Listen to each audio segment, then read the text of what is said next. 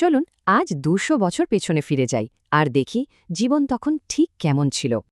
আজ আমরা দেখব ১৮০০ সালের ভারতকে, যা আজকের থেকে ছিল একেবারেই অন্যরকম একটা পৃথিবী। তখন ভারতে ছিল দুটো প্রধান শক্তি, একদিকে মুঘল সালতানাত আর অন্যদিকে মারাঠা সাম্রাজ্য।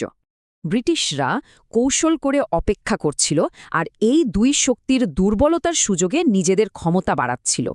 তখনকার ভারত মানে কিন্তু আজকের ভারত নয়, সেটা ছিল অখণ্ড ভারত, বিশাল এক ভূখণ্ড।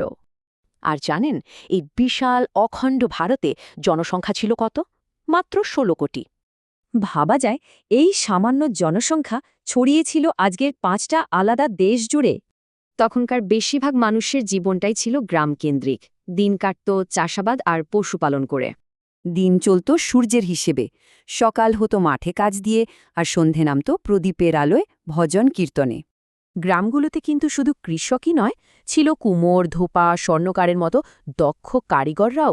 তখনকার অর্থনীতি ছিল কিন্তু বেশ অন্যরকম, বেশিরভাগ লেনদেন হতো জিনিসের বিনিময়ে জিনিস দিয়ে। আর যে কটা শহর ছিল, সেখানে আধুনিক প্রযুক্তি ছাড়া কারখানায় হাড় ভাঙা খাটুনি ছিল ভরসা। তবে আয় রোজগারের ক্ষেত্রে একটা বিরাট বৈষম্য ছিল ইউরোপীয় আর স্থানীয়দের মধ্যে। ভাবতে পারেন, একজন সাধারণ ভারতীয়র আয় ছিল একজন ইউরোপীয় কেরানির আয়ের প্রায় ৪০ গুণ কম। শিক্ষার অবস্থা ছিল আরও খারাপ, মহিলাদের মধ্যে সাক্ষরতার হার তো প্রায় ছিলই না।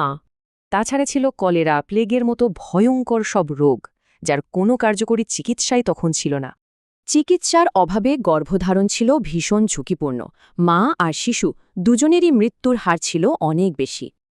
এইসব থেকে এটাই বোঝা যায় যে ১৮০০ সালে ভারতের জীবনে ভালো মন্দ দুটো দিকই ছিল। আসলে ইতিহাসটা তো সাদা কালো নয়, এটা আমাদের সেই কঠিন আর সরল সময়ের কথাই মনে করিয়ে দেয়।